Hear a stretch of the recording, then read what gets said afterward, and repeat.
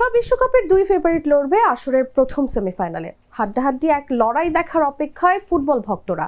খুব উত্তেজনাপূর্ণ লড়াই হতে যাচ্ছে বলেও ধারণা করা হচ্ছে। Jago sports world cup coffee house আড্ডায় সবাইকে স্বাগত জানাচ্ছি, সাথে আছি আমি তাসলিমা তিথি। দর্শক, এই সেমিফাইনালের জয়ী দলকেই বিশ্বকাপের সম্ভাব্য চ্যাম্পিয়ন হিসেবে ধরে রেখেছেন অনেক ফুটবল বোদ্ধা। স্পেনের টিকিটাকা নাকি ফ্রান্সের গতি? শেষ পর্যন্ত আজ মধ্যরাতে কারা উতরে যাচ্ছে সেমিফাইনালের বাধা? সেই প্রশ্নের উত্তর জানতে অপেক্ষা করতে হবে আরো কিছুক্ষণ। প্রথম সেমিফাইনাল নিয়ে কথা বলতে আমাদের স্টুডিওতে উপস্থিত আছেন জাগো নিউজের বিশেষ প্রতিনিধি ও অভিজ্ঞ ক্রীড়া সাংবাদিক আরিফুর রহমান বাবু। চলে যাচ্ছি তার কাছে। বাবু ভাই, স্বাগত, কেমন আছেন? থ্যাংক ইউ তিথি, আছি আলহামদুলিল্লাহ, আল্লাহ রেখেছেন। আপনি কেমন? আমিও বেশ ভালো আছি। বাবু ভাই, যে আজকে প্রথম সেমিফাইনাল এবং প্রথম একটি দল সেমিফাইনালে যেতে চলেছে, শুরুতেই জানতে চাইবো কেমন এক্সাইটমেন্ট কাজ করছে? না, অনেক। ওয়ার্ল্ড কাপের ফার্স্ট সেমিফাইনাল এবং দুটি ইউরোপের সেরা দলের সঙ্গে, একদমই যারা ইউরোপেরও টপ সেটের দল। স্পেন তো অফকোর্স ইউরোপের বর্তমান চ্যাম্পিয়ন, ফ্রান্সও অত্যন্ত ওপরের দিককার দল, সেমিফাইনালিস্ট গত দুটো আসরেরই। কাজে ইউরোপিয়ান আসরের কাজে এদের মধ্যে লড়াই অবশ্যই। আপনি হয়তো কিছুক্ষণের মধ্যে আমাকে কার মধ্যে লড়াই, তাদের অবস্থান নিয়েও জানতে চাইবেন। বাট আমি একা নই, গোটা ইউরোপ, এশিয়া, আফ্রিকা, হয়তো ল্যাটিন আমেরিকায় যারা ব্রাজিলের সাপোর্টার তারা হয়তো নন, বাট এছাড়া ফুটবল বিশ্বই এই ম্যাচটির দিকে তাকিয়ে আছে। কারণ এই আপনি ভূমিকাতে বলে গেলেন যে দুটো দলেরই খেলার ধরন একটু ভিন্ন। স্পেনের হলেও স্পেনেরটা বেশি, স্পেন টিকি টাকা নিজেদের মধ্যে দেয়া নেয়া করে খেলে, ওটাকেই টিকি টাকা বলা হয়। যে এক স্পেনের খেলা দেখবেন প্রতিপক্ষ সীমানায় গিয়েও 4-5টা টাচ নিজেদের মধ্যে করে নেন। আর ফ্রান্স আক্রমণাত্মক ফুটবল খেলে এবং গতির ওপরে, তাই তাদের গতি এবং স্পেনের এই দেয়া নেয়া এই দুটোকেই বেশি আকর্ষণীয় মনে হচ্ছে। কাজে আমার মনে হয় যে দুই ধরনের ফুটবল আমরা দেখতে পাবো, দুই ঘরানার ফুটবল দেখতে পাবো। সব মিলে একটা আকর্ষণীয় সেমিফাইনাল হবে, যারা ইউরোপীয় ফুটবলে একাধিকবার গত কয়েক বছরে মুখোমুখি হয়েছে এবং বিশ্বের অন্যতম বড় ফুটবল শক্তি হিসেবে পরিগণিত। কাজে সেই দিক থেকে চিন্তা করলে যদি রেটিং র্যাঙ্কিংও দেখেন, তাহলে স্পেন আর ফ্রান্সই কিন্তু ইউরোপের 1-2। কাজেই সেদিক থেকেও কিন্তু ইউরোপের দুই সেরা দল আজ রাতে বিশ্বকাপের প্রথম সেমিফাইনালে খেলবে। আমার মনে হয় এটাই কিন্তু আজকের ম্যাচের সবচেয়ে বড় তকমা হতে পারে। আমি আশাবাদী যে একটা জমজমাট, তীব্র প্রতিদ্বন্দ্বিতাপূর্ণ এবং একটা আকর্ষণীয় সেমিফাইনাল দেখবে ফুটবল বিশ্ব। একদমই তাই। আর কিছুক্ষণের মধ্যে আসলে দেখতে চলেছি আমরা। বাবু ভাই, যে দুটি কিন্তু মোস্ট ফেভারিট টিম, আপনাকে যদি জিজ্ঞেস করি আপনি কাকে এগিয়ে রাখবেন, যদি একটু টাফ মনে হয়? আমি সত্য কথা বলি, আমি ফ্রান্সকে এগিয়ে রাখবো। যদিও কেউ স্পেনের পক্ষে কথা বলছেন। ইউরোপীয় চ্যাম্পিয়নশিপে স্পেন গত দুবার ফ্রান্সকে হারিয়েছে। কাজে আমার মনে হয় সেটা বিশ্বকাপে আমরা এখন পর্যন্ত দেখতে পাইনি। কারণ কি, বিশ্বকাপে ফ্রান্স অনেক বেশি ভালো খেলেছে। Mbappe leading from the front এবং তার খুব চমৎকার একটা জুড়িদার আমরা বলি, সহযোগী সহযোদ্ধা ওসমান দেমবেলে। এটা কিন্তু একটা বড় প্লাস পয়েন্ট ফ্রান্সের। এমবাপে 8 গোল করেছেন, দেমবেলে কিন্তু 5 গোল করে বসে আছেন। কাজেই দুজনে মিলে 13টি গোল করেছেন ওয়ার্ল্ড কাপে। এই জুটিটা ক্রিকেট খেলায় জুটি অনেক বেশি এফেক্টিভ, বাট ফুটবলেও কিন্তু যদি দুজন, আমি এর আগেও একটা অনুষ্ঠানে আপনাকে বলছিলাম, দুজন লিডিং স্কোরার থাকে একটা দলে, যে আমিও গোল পাচ্ছি, তৃতীয় গোল পাচ্ছে, এটা কিন্তু দলের দিক থেকে অনেক প্লাস পয়েন্ট। যে একজন না পারলে আরেকজন, দুজনই ইনফর্ম। কাজে এই জায়গাটাতে আমার মনে হয় ফ্রান্স এগিয়ে। তাদের দলের স্পিড আছে, তারা প্লেয়াররাও কিন্তু স্পিরিটেড। এমবাপের নেতৃত্বে আমি বললাম যে ওসমান দেমবেলে। ওদিকে স্পেন নিজেদের মধ্যে দেয়া নেয়া করে খেললেও তাদেরও কিন্তু একটা চমৎকার সময় উপযোগী প্লেয়ার উঠে এসছেন। ইএমএলএ অত্যন্ত কি বলবো, ওয়ার্ল্ড ফুটবল তাকে খুব হাই রেট করে, বয়স খুবই কম, একজন নবীন ফুটবলার, প্রথমবারের মতো বিশ্বকাপের মতো এত বড় মঞ্চে খেলছেন, কিন্তু প্রতিপক্ষর কাছ থেকে তিনি সর্বাধিক সমীহ আদায় করে নিচ্ছেন। প্রতিটি অপোনেন্ট তাকে সামলাতে গিয়ে হিমশিম খেয়েছে। আমরা দেখেছি কোয়ার্টার ফাইনালের লড়াইয়ে ইএমএলএ কিন্তু গোলও করেননি, গোলের পুরো দমে অ্যাসিস্টও করেননি, কিন্তু তার পুরো ম্যাচে তার ইনভলভমেন্ট এত বেশি ছিল এবং তিনি এত চমৎকার খেলেছেন, বলের সঙ্গে তার সম্পর্কটা এত বেশি ছিল, তার পায়ে বল এত বারবার এসছে এবং তিনি দলকে গুছিয়ে দিতে, সাজিয়ে দিতে যে ভূমিকা রেখেছেন, সে কারণেই তাকে কিন্তু কোয়ার্টার ফাইনালের ম্যান অফ দ্য ম্যাচের পুরস্কার দেওয়া হয়েছে, যেটা সাধারণত দেয়া হয় না। আপনি জানেন পৃথিবী মোস্ট অফ দ্য ক্ষেত্রে দেখা যায় গোলদাতা কিংবা যিনি গোলের অ্যাসিস্ট করেছেন তাকেই দেয়া হয়, বাট ইএমএলএ প্রমাণ করেছেন গোলদাতা না হয়েও সরাসরি গোলের পেছনে সহায়ক ভূমিকা না রেখেও ভালো ফুটবল খেলে, নজর কেড়ে, পায়ের কাজ, মাথার কাজ দেখিয়ে প্রতিপক্ষকে ব্যতিব্যস্ত রাখা এবং দলকে এফেক্টিভ কিছু করে দেওয়ার সামর্থ্য তার আছে। সেই সামর্থ্য দিয়ে তিনি কোয়ার্টার ফাইনালে ম্যান অফ দ্য ম্যাচ হয়েছেন। কাজেই আমার মনে হয় দুটি শেয়ানে দলের কিছু ইন্ডিভিজুয়ালি ব্রিলিয়ান্ট পারফর্মারের খেলা আজকে ফুটবল বিশ্ব দেখবে।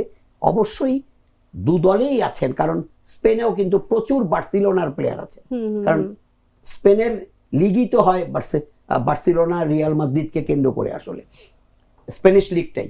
কাজেই সেদিক থেকে স্পেনের প্লেয়ারদেরকেও আপনি ব্যক্তিগতভাবে, আমি কারো নাম বললাম না, তাদেরকে পিছিয়ে রাখতে পারেন না, তারাও সমান সমান। বাট আমি একটু ফ্রান্সের পক্ষে বলতে চাই। আমার পয়েন্ট অফ ভিউ থেকে আজকের ম্যাচে ফ্রান্স 55, স্পেন 45। বাবু ভাই ইয়ামালকে নিয়ে কথা বলছিলেন, লামিনে ইয়ামাল এবং এমবাপ্পের মধ্যে আজকের লড়াইটা হতে যাচ্ছে, এটা অনেকেই বলছেন। সেক্ষেত্রে নিশ্চয়ই আপনি এমবাপ্পেকে এগিয়ে রাখলেও আমি ইয়ামেলকেও কিন্তু এক পিছিয়ে রাখতে চাই না। তার অভিজ্ঞতাটা কম, বয়সে নবীন এবং প্রথমবারের মতো ওয়ার্ল্ড কাপ খেলছেন, বাট তিনিও কিন্তু উদ্যমী অনেক এবং তিনিও জানেন যে আমিও দলের প্রধান চালিকা শক্তি, দ্যাট ইজ স্পেনের। আর এমবাপ্পে জানেন যে আমার ওসমান দেম্বেলে আছে, আরো সিনিয়র প্লেয়ার আছে, তারপরেও আমার মনে হয় এমবাপ্পে ফ্রান্সের প্রধান আশা ভরসা বা প্রাণ ভোমরা। আর ইএমএলকে কেন্দ্র করেই আসলে স্পেনের আক্রমণগুলো দানা বেঁধে ওঠে। আবারও বলছি, স্পেনের খেলা কিন্তু প্রতিপক্ষের সীমানায় গিয়েও তারা নিজেদের মধ্যে দেয়া নেয়া করতে শুরু করে দেন। এতে করে যেটা হয়, স্পেনের বলের নিয়ন্ত্রণটা খুব বেশি থাকে, সেই জায়গায় ইয়ামেল অনেক এফেক্টিভ রোল প্লে করতে পারেন এবং ওই দেয়া নেয়ার এক পর্যায়ে দেখা যায় ইয়ামেল প্রতিপক্ষের রক্ষণ ভাগের মাঝে চির ধরিয়ে বা রক্ষণ ভাগকে ফাঁকি দিয়ে তিনি বক্সে ঢুকে একটা বিপজ্জনক মুভমেন্টের উৎস রচনা করে ফেলেন। কাজেই আসলে দুজনকেই একদম কাউকে এগিয়ে কাউকে পিছিয়ে রাখাটা খুব টাফ। তারপরেও অভিজ্ঞতা এবং অতীতের কি বলবো পারফরমেন্স, রেকর্ড, স্ট্যাট দেখে এমবাপ্পেকেই আসলে একটু হলেও এগিয়ে রাখতে হচ্ছে। নিউ লুক আর ইমপ্রুভ টেস্ট নিয়ে এলো কফি হাউস মাত্র 10 টাকা। দর্শক, বিশ্বকাপের এক্সাইটমেন্ট হবে আরো উপভোগ্য নিউ লুক আর ইমপ্রুভ টেস্টের কফি হাউসের সাথে। বাবু ভাই, আবারও ফিরছি আপনার কাছে। এবার একটু জানতে চাইবো যে ইউরোর এবং নেশনস লিগের আমরা জানি যে সেমিফাইনালে দুবার ফ্রান্সকে হারিয়েছে স্পেন। এটা কি স্প্যানিশদের একটু বাড়তি সুবিধা দেবে, আপনার কি মনে হয়? আপনার প্রথম প্রশ্নের উত্তরে কিন্তু আমি এটা বলেছিলাম যে স্পেনের কাছে কিন্তু ফ্রান্স দুবার হেরেছে, ইউরোপীয় চ্যাম্পিয়নশিপে দুবার হেরেছে। বাট এটা তো ওয়ার্ল্ড কাপ, এটা ধরেন ভিন্ন আসর, ভিন্ন প্রেক্ষাপট, টোটালটাই ভিন্ন। কাজেই আমার কাছে মনে হয় যে খুব বেশি ইফেক্ট পড়বে না, বাট প্লেয়ারদের অবচেতন মনে এটা তো থেকে যায় যে আমি আগের দুবার ইউরোতে পারিনি, এবার ওয়ার্ল্ড কাপ। এটা দুই ধরনের ইম্প্যাক্ট ফেলতে পারে। আমি আগে স্পেনের পয়েন্ট অফ ভিউ থেকে বলি। স্পেনিশরা চিন্তা করতে পারে আমরা ইউরোতে পরপর দুবার ফ্রান্সকে সেমির যুদ্ধে হারিয়েছি, আবারও সেমির যুদ্ধ, এটা ওয়ার্ল্ড কাপ। স্প্যানিশরা ভাবতেই পারে যে সেমিফাইনালে ফ্রান্স আমাদের সঙ্গে পারে না, সেটা ইউরোতে পারেনি, এখন ওয়ার্ল্ড কাপে পারবে কি পারবে না সেটাই দেখার আজকে রাতে। আর ফ্রান্সের জন্য যেটা হতে পারে, যে আমরা ইউরোতে পরপর দুবার হেরেছি, পজিটিভ ফ্রেম অফ মাইন্ড থেকে বলছি, এবার ওয়ার্ল্ড কাপ হচ্ছে তার চেয়ে বড় মঞ্চ, এখানে যদি আমরা একবার জিততে পারি তাহলে ওই 2 হারের প্রতিশোধটা একবারে নিয়ে যাওয়া হবে, কারণ ইউরোর চাইতে তো অনেক আকর্ষণীয়, অনেক বড় আসর হচ্ছে ওয়ার্ল্ড কাপ। কাজেই ফ্রান্সেরও কিন্তু মধুর প্রতিশোধ নেয়ার সুযোগ আছে, আর স্পেনের আছে সেই সেমিফাইনালে ফ্রান্সকে যে হারানোর যে পূর্ব রেকর্ড, সেই রেকর্ড অক্ষুণ্ণ রাখার সমান সুযোগ। কাজে এক পক্ষের আছে রেকর্ডটা ধরে রাখার সুযোগ, আরেক পক্ষের হচ্ছে রেকর্ড বা ইতিহাস বদলে ইউরোতে না পারার মধুর প্রতিশোধ তোলার সুযোগ। এখন শেষ পর্যন্ত ফ্রান্স কি তাদের সেমিতে ইউরোতে হারার প্রতিশোধ ওয়ার্ল্ড কাপে নিবে, নাকি ইউরোতে পরপর 2 বার ফরাসিদেরকে হারানো স্প্যানিশরাই আবার হাসবে শেষ হাসি, সেটা হয়তো আজকে মধ্যরাতেই আমরা জেনে যাব। একদমই তাই। এবং বাবু ভাই, গত পর্বেও আমি আপনাকে এই প্রশ্নটি করেছিলাম যে বেলজিয়ামের যে গোলরক্ষক থিবো কর্তোয়া, তিনি কিন্তু বলেছেন যে সেমিফাইনালের যেই জয়ী দলটি হবে তারাই বিশ্বকাপ ট্রফিটি নেবে। আজকেও একই প্রশ্ন করতে চাই যে এটির সাথে আপনি আসলে কতটা একমত? না, একদমই মানে একমত না আমি তা বলবো না, বাট যেটা হয় যে এখন তো 4টা সেমিফাইনালিস্টের মধ্যে 3টেই হচ্ছে ইউরোপের, ফ্রান্স, স্পেন আর ইংল্যান্ড। ওদিকে একমাত্র ইউরোপের বাইরে ল্যাটিন আমেরিকার দল হচ্ছে আর্জেন্টিনা। কাজেই আর্জেন্টিনা যদি ফাইনালে যায়, আর্জেন্টিনারও তো সমান সুযোগ থাকবে। আমি এখন কর্তোকে ছোট করে বলছি না, এখন আমি ঠিক স্ট্রেট ওয়েতে বলে দিতে পারি না যে একটা ইউরোপের দলই চ্যাম্পিয়ন হবে। তিথি, আমার মনে হয় আর্জেন্টিনা যদি ফাইনালে যায়, আমি সেদিনও বলেছি আর্জেন্টিনা যেভাবে চড়াই উতরাই পার করে এসছে, হোক সেটা কেপ ভার্দে কিংবা মিশরের মতো দলের এগেনস্টে, ইভেন সুইজারল্যান্ডও তো খুব রেটেড টিম না, ওয়ার্ল্ডের টপ 10টা দলের মধ্যে এরা এই 3 জনের কেউই নেই। কাজেই সেই দিক থেকে মনে হতে পারে যে অপেক্ষাকৃত কম শক্তির বা রেটিং র্যাঙ্কিং এ পিছিয়ে থাকা দলের সঙ্গে লড়াই করে আর্জেন্টিনা এসেছে, বাট সেটা ডিফারেন্ট কথা। মাঠে কিন্তু আর্জেন্টিনা যথেষ্ট লড়িয়ে ফুটবল খেলেছে, সংগ্রাম করে অনেক ঘাম ঝরিয়ে মেসির নেতৃত্বে এই দলটি সেমিফাইনালে উঠে এসেছে। কাজেই আমার মনে হয় না আর্জেন্টিনা শেষ পর্যন্ত ফাইনালে না উঠে ছাড়বে, আর যদি ফাইনালে আর্জেন্টিনা ওঠে সেটা ফ্রান্সের সঙ্গেই হোক বা স্পেনের সঙ্গেই হোক, আর্জেন্টিনাকে আটকে রাখাটা খুব কঠিন হবে। কাজে আমার কাছে মনে হয় অবশ্যই, হ্যাঁ, যদি ইউরোপেরই 2টি দল খেলে, দ্যাট ইজ স্পেন, ফ্রান্সের যেই জিতুক একটা ইউরোপের দল, ওদিকে যদি ইংল্যান্ড জিতে যায় তাহলে তো অবশ্যই ইউরোপের 2টি দলের মধ্যেই ফাইনাল হবে এবং ইউরোপেই ওয়ার্ল্ড কাপ থাকবে। কিন্তু যদি আর্জেন্টিনা জিতে যায়, এখানে ওদিক থেকে যদি ইংল্যান্ড হেরে যায় আর এখান থেকে স্পেন বা ফ্রান্সের কেউ যায়, ফাইনালে আমি আর্জেন্টিনার পক্ষে থাকবো এবং আমি বিশ্বাস করি যে মেসি জাদুতে আবারও বিশ্বসেরা হতে পারে আর্জেন্টিনা। নিউ লুক আর ইমপ্রুভ টেস্ট নিয়ে এলো কফি হাউস মাত্র 10 টাকা। দর্শক দেখছেন কফি হাউস প্রেজেন্টস জাগো বিশ্বকাপ আড্ডা। বিশ্বকাপের এক্সাইটমেন্ট হবে আরো উপভোগ্য নিউ লুক আর ইমপ্রুভ টেস্টের কফি হাউসের সাথে। বাবু ভাই, আবারও ফিরছি আপনার কাছে। এবার একটু জানতে চাইবো যে কি মনে হচ্ছে, খেলা কি 90 মিনিট পর্যন্ত গড়াবে নাকি টাই ব্রেকারের দরকার হবে, কি মনে হচ্ছে?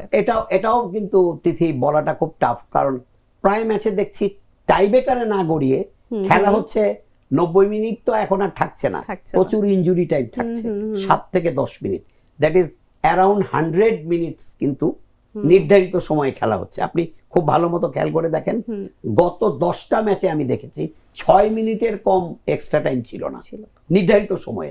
তার মানে 90 আর 6 96 মিনিট। এর আগের ম্যাচটা ছিল 7 মিনিট। আমি একটা ম্যাচে 10 মিনিটও দেখেছি। কাজেই 100 মিনিট তো এমনিতেই হচ্ছে। আমার মনে হয় 2টো সেমিফাইনালই আমার কেন যেন মনে হচ্ছে 120 মিনিট গড়াতে পারে, এবং একটা হয়তো বা টাই ব্রেকারে গড়াবে, সেটা কোনটা গড়াবে আমি জানি না। কেন যেন আমার মন বলছে আর্জেন্টিনা ইংল্যান্ড ম্যাচটা টাই ব্রেকারে গড়াতে পারে।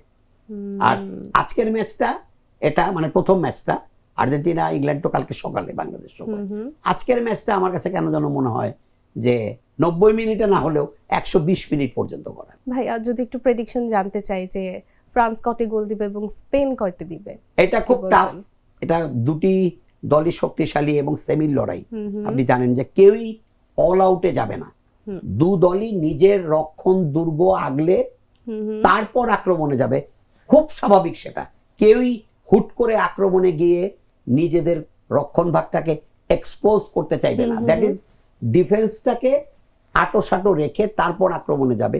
এই ধরনের ম্যাচে গোল কম হয়, কাজেই 2-1 উপরে রেজাল্ট হওয়াটা টাফ। কোনো কারণে যদি খুব বেশি আকর্ষণীয় লড়াই হয় তাহলে 3-2 হতে পারে। বাট আমি দুটো সেমিফাইনালে আমার মনে হয় যদি টাইব্রেকারের আগে ফল নিষ্পত্তি হয় 2-1। দেখা যাক বাবু ভাই কে হয়। আমরা আলোচনা শেষ পর্যায়ে চলে এসেছি। শেষ প্রশ্নটি ক্রিকেট নিয়ে করতে চাই। আমরা জানি যে আগামীকাল শুরু হচ্ছে বাংলাদেশ এবং জিম্বাবুয়ে টি20। কি মনে হচ্ছে কিছু ভালো কিছু হওয়া কি সম্ভব কিনা? এই সিরিজটা নিয়ে কথা বলতে গিয়ে কেন যেন হতোদ্যম হয়ে যাচ্ছি এবং কিছুটা হতাশ। বাংলাদেশের সামগ্রিক পারফরমেন্স টেস্টে কি বলবো, একেবারে যাচ্ছে তাই ভাবে হেরে যাওয়া, ওয়ানডে সিরিজে প্রথম দুটো ম্যাচ হেরে গিয়ে সিরিজ হাতছাড়া করে শেষ ম্যাচ জেতা, এবং সে জেতাটাও যতটা সহজে হতে পারত শেষ পর্যন্ত ততটা সহজে জিততে না পারা, সব মিলে সোফার বাংলাদেশের performance not up to the mark. কাজেই এখন পর্যন্ত যে দলটা টেস্টে হেরেছে যাচ্ছে তাই ভাবে, 3 ম্যাচের ওয়ানডে সিরিজে দুটোতে হেরেছে, একটা জিতেছে অবশ্যই, সেই দলের কাছ থেকে টি20 সিরিজ জেতার আশা করাটা আমি ভুল বলবো না। আমি ঠিক আশা করতে গিয়েও বারবার থেমে যাচ্ছি, একটু আশাহত হচ্ছি বই কি। কাজে আমি সময়ের উপর ছেড়ে দিয়েছি, লেটস সি কি হয়। বাট বাংলাদেশ যদি প্রথম ম্যাচটা জিততে পারে টি20তে তাহলে টি20 সিরিজ জয়ের সম্ভাবনা আছে। এখন ডিপেন্ড করবে স্টার্টটা কেমন হয়। যদি সেটা ব্যাটিংয়ে হোক বোলিংয়ে হোক, বাংলাদেশ যদি শুরুটা ভালো করতে পারে তাহলে একটা সম্ভাবনা আছে। দেখেন জিম্বাবুয়ে এখন ওয়ার্ল্ড ক্রিকেটের সবচেয়ে তলানিতে থাকা দল, ইভেন টি20তেও আরো। সেই দলের সঙ্গে যদি আমরা হোক তাদের মাটিতে টেস্ট, ওডিআই অ্যান্ড টি20 একটা সিরিজ জিততে না পারি, সেটা কিন্তু অনেক ব্যর্থতা হবে এবং আমাদের সামর্থ্যের প্রতি একটা লজ্জাস্কর একটা প্রশ্ন উঠবে যে বাংলাদেশ জিম্বাবুয়ের মাটিতে গিয়ে টেস্ট, ওয়ানডে অ্যান্ড টি20 3 সিরিজেই হেরেছে। কাজে এই বোধোদয়টা, উপলব্ধিটা, এই অনুভবটা আমার বিশ্বাস আমাদের ক্রিকেটারদের মধ্যে আছে। তারা সেটা মাথায় রেখেই খেলবেন। শুধু জিততে হবে জেতার জন্য জেতা না, নিজেদের ক্রিকেটের মানচিত্রে অবস্থানটা ঠিক রাখার জন্য এবং অ্যাটলিস্ট মুখে বলার জন্য যে আমরা যে জিম্বাবুয়ের চাইতে রেটিংয়ে ওপরে, তাদের চাইতে আমাদের স্ট্যাট রেকর্ড কারেন্টলি বেটার, সেই নিরিখেও কিন্তু জিম্বাবুয়েকে বাংলাদেশের 3 ফরম্যাটেই সিরিজ হারানো উচিত ছিল। আমরা দুটিতে পারিনি, অ্যাটলিস্ট একটায় পারলে মিনিমাম মুখ রক্ষা হবে। আমি সেই আশায় আছি, সেজন্য বাংলাদেশের সেরা ক্রিকেটটা উপহার দিতে হবে। আর যদি তারা এখানে ব্যর্থ হয়, হতাশাজনক পারফরমেন্সে শেষ করে, তাহলে সেটা শুধু হতাশাই হবে না, বাংলাদেশের ক্রিকেটের জন্য একটা নতুন চিন্তার খোরাক হবে।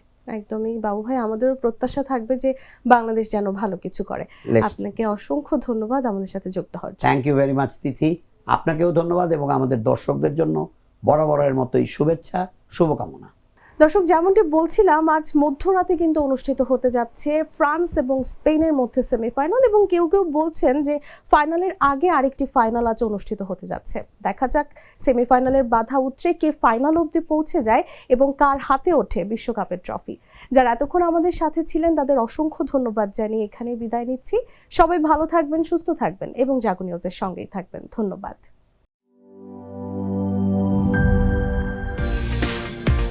নিউ লুক আর ইমপ্রুভ টেস্ট নিয়ে এলো কফি হাউস মাত্র 10 টাকা।